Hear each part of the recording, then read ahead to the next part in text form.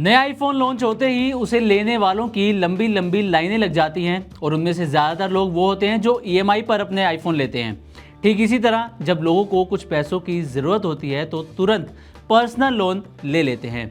लेकिन छोटी छोटी ज़रूरतों के लिए कर्ज लेने का ये ट्रेंड कितना खतरनाक होता जा रहा है, इसका अंदाज़ा शायद ही आप लगा सकें।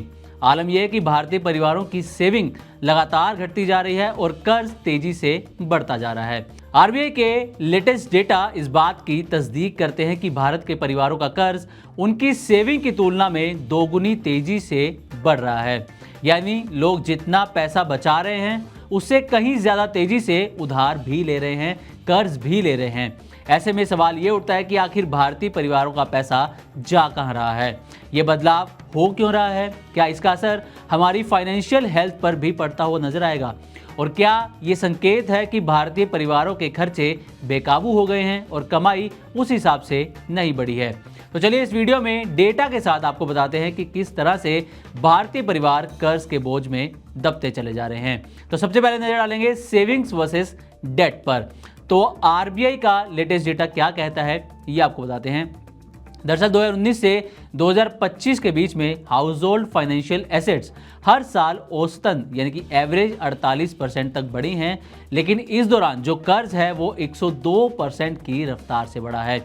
यानी जो लोग 2019 में 100 रुपये बचा रहे थे और 30 रुपये का कर्ज ले रहे थे, वही लोग अब बचा तो 150 रुपये रहे हैं लेकिन कर्ज 60 रुपये से ज़्यादा का ले रहे हैं, यानी कि कर्ज 2 गुना हो चुका है। इसको और अच्छे तरीके से डेटा से आपको समझाते हैं। तो 2019-20 में 24.1 लाख करोड़ रुपए के नए फाइनेंशियल एसेट्स जोड़े गए थे और 2024-25 में 35.6 लाख करोड़ रुपए के नए फाइनेंशियल एसेट्स जोड़े गए हैं। अब 2019-20 में फाइनेंशियल लाइबिलिटीज यानी कि अगर कर्ज की हम बात करें तो ये 7.5 लाख करोड़ रुपए था, जबकि 2024-25 में ये बढ़कर 15.7 लाख करोड़ रुपए हो गया, यानी कि कर्ज लगभग 2 गुना हो गया है, जबकि बचत सेविंग्स सिर्फ 48% ही बढ़ी हैं। अब और भी चीजें हैं जो आपके लिए समझना जरूरी है। तो रिपोर्ट में यह भी बताया गया है कि अगर जीडीपी के अनुपात में देखें तो सेविंग्स रेट 12% से घटकर 10.8% रह गई है, जबकि जो कर्ज की दर है वो 3.9% से बढ़कर 4.7% तक पहुंच गई है। हालांकि इसमें राहत की बात यह है कि 2023 से 24 के कोविड पीक के बाद कर्ज की रफ्तार थोड़ी धीमी हुई है। ये 6.2% यानी कि 6.2% से घटकर 4.7% पर आ गई है। लेकिन ये साफ है कि भारत में लोगों की उधारी तेजी से बढ़ती हुई यहाँ पर नजर आ रही है। अब एक सबसे बड़ा सवाल ये उठता है कि आखिर ये जो कर्ज है वो बढ़ क्यों रहा है भारतीय परिवारों के ऊपर। तो जो इसमें सबसे पहला और सबसे बड़ा रीजन है वो है इन्फ्लेशन यानी कि महंगाई और खर्चों में बढ़ोतरी। दरअसल पिछले कुछ सालों में महंगाई ने परिवारों का बजट बिगाड़ दिया है। जहां खर्चे बढ़े हैं वहीं आमदनी इनकम उस रफ्तार से नहीं बढ़ी है जितनी रफ्तार से खर्चे यहां पर बढ़ते हुए नजर आए हैं। एक दूसरा जो बड़ा कारण है वो ये कि लोन अब आसानी से मिल जाता है, यानी कि आज लोन पाना पहले से कहीं ज़्यादा आसान है, चाहे वो पर्सनल लोन हो, क्रेडिट कार्ड हो, बीएनपीएल यानी कि बाय नाउ पे लेटर जैसी चीज़ें क्यों ना हो, सब आपको हाथों हाथ मिल जाता है। इसलिए जब भी किसी व्यक्ति को लगता है कि पैसों की कमी है, कहीं पर पैसों की ज़रूरत है, पैसों का इंतजाम नहीं है, तो वो पर्सनल लोन ले लेता है, क्रेडिट कार्ड का इस्तेमाल करता है, ये बाय नाउ पे लेटर जैसी सुविधा ले लेता है।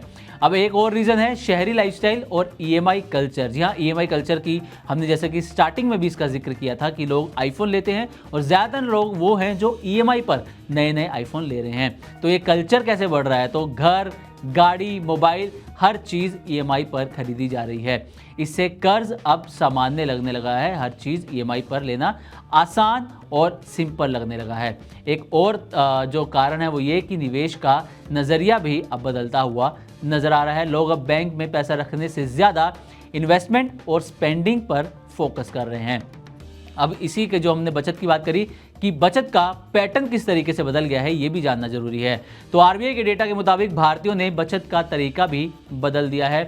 पहले ज़्यादातर लोग बैंक डिपॉजिट में अपना पैसा रखते थे और अब भी 1/3 बचत यहीं जाती है, लेकिन सबसे बड़ा बदलाव आया है म्यूचुअल फंड्स में इन्वेस्टमेंट का। अब म्यूचुअल फंड्स में जो इन्वेस्टमेंट है, निवेश है, वो बढ़ चुका है। अगर 2019-20 की बात करें तो म्यूचुअल फंड्स का हिस्सा नई बचत में 2.6% के आसपास था, जबकि 2024-25 में नई बचत में म्यूचुअल फंड्स का हिस्सा बढ़कर 13% से ज़्यादा हो गया है। यानी कि 61,000 करोड़ रुपए से बढ़कर 4.7 लाख करोड़ रुपए तक का निवेश म्यूचुअल फंड्स में पहुंच गया है। यहाँ पर अंदाजा लगाया जा सकता है कि कितनी बड़ी ग्रोथ यहाँ पर पिछले 3 से 4 साल 5 साल में देखने को मिली है। अब कैश की बात करें तो कैश में बचत का हिस्सा 11.7% से घटकर 5.9% हो गया है। यानी कि लोग अब नगद रखने के बजाय, कैश रखने के बजाय इन्वेस्ट करने पर ज़्यादा भरोसा करने लगे हैं। अब बात यह है कि जिस तरीके से भारतीय परिवारों पर कर्ज बढ़ रहा है, जिस तरीके से ईएमआई कल्चर बढ़ रहा है, उसको देखते हुए ये ट्रेंड अच्छा है या फिर चिंता की बात है, या फिर कोई खतरे की घंटी यहाँ पर नजर आ रही है। तो पहले पॉजिटिव साइड देख लेते हैं। पॉजिटिव साइड ये है कि भारतीय अब इन्वेस्टमेंट के प्रति जागरूक हुए हैं। वो अपना पैसा सिर्फ सेविंग अकाउंट में पड़ा नहीं रहने देते, म्यूचुअल फंड्स में इन्वेस्टमेंट करते हैं जहां उन्हें ज़्यादा रिटर्न मिलने की उम्मीद रहती है। इसके अलावा बैंक अकाउंट में पैसा रखने के बजाय म्यूचुअल फंड्स और मार्केट में पैसा लगा रहे हैं, जैसा कि अभी हमने आपको इसके बारे में बताया। लिक्विडिटी और मार्केट में भागीदारी भी जो है वो इन्वेस्टर्स की यहाँ पर बढ़ती हुई नज़र आ रही है। तो ये कुछ पॉजिटिव साइड हैं। अब नेगेटिव साइड भी जानना जरूरी है। तो पहली नेगेटिव साइड ये है कि कर्ज की रफ्तार कमाई से ज़्यादा अगर हुई तो फाइनेंशियल स्ट्रेस यहाँ पर बढ़ता हुआ साफ तौर पर नजर आएगा। इसके अलावा ईएमआई कल्चर लॉन्ग टर्म में बचत को नुकसान भी पहुंचा सकता है, और अगर ब्याज दरें बढ़ी या फिर नौकरी गई तो डिफॉल्ट का खतरा हमेशा बना रहेगा। तो कुल मिलाकर भारत की कहानी बदल रही है। पहले हम बचत करने वाले देश थे, सेविंग्स कंट्री थी, लेकिन अब हम खर्च करने वाले देश यहाँ पर बनते हुए नजर आ रहे हैं। हालांकि ये बदलाव बुरा नहीं है, लेकिन अगर ये बैलेंस बिगड़ा तो फाइनेंशियल संकट की संभावना यहाँ पर बढ़ सकती है, वित्तीय संकट की संभावना बढ़ जाती है। इसलिए अब वक्त है कि हर परिवार अपनी फाइनेंशियल प्लानिंग पर एक बार दोबारा से ध्यान दे, और जो ईएमआई कल्चर बढ़ रहा है, जहां ईएमआई की ज़रूरत नहीं है, वहां कोशिश यही होनी चाहिए कि कम से कम ईएमआई या फिर कम से कम कर्ज लिया जाए। तो उम्मीद करते हैं कि हमारी तरफ से दी गई जानकारी आपको अच्छी लगी होगी। इसी तरह की और भी वीडियोस के लिए देखते रहें मनी9 और सब्सक्राइब करें हमारे यूट्यूब चैनल। इस सिप से तो नींद टूटती है, लेकिन केवल जागना नहीं, आगे भी तो बढ़ना है।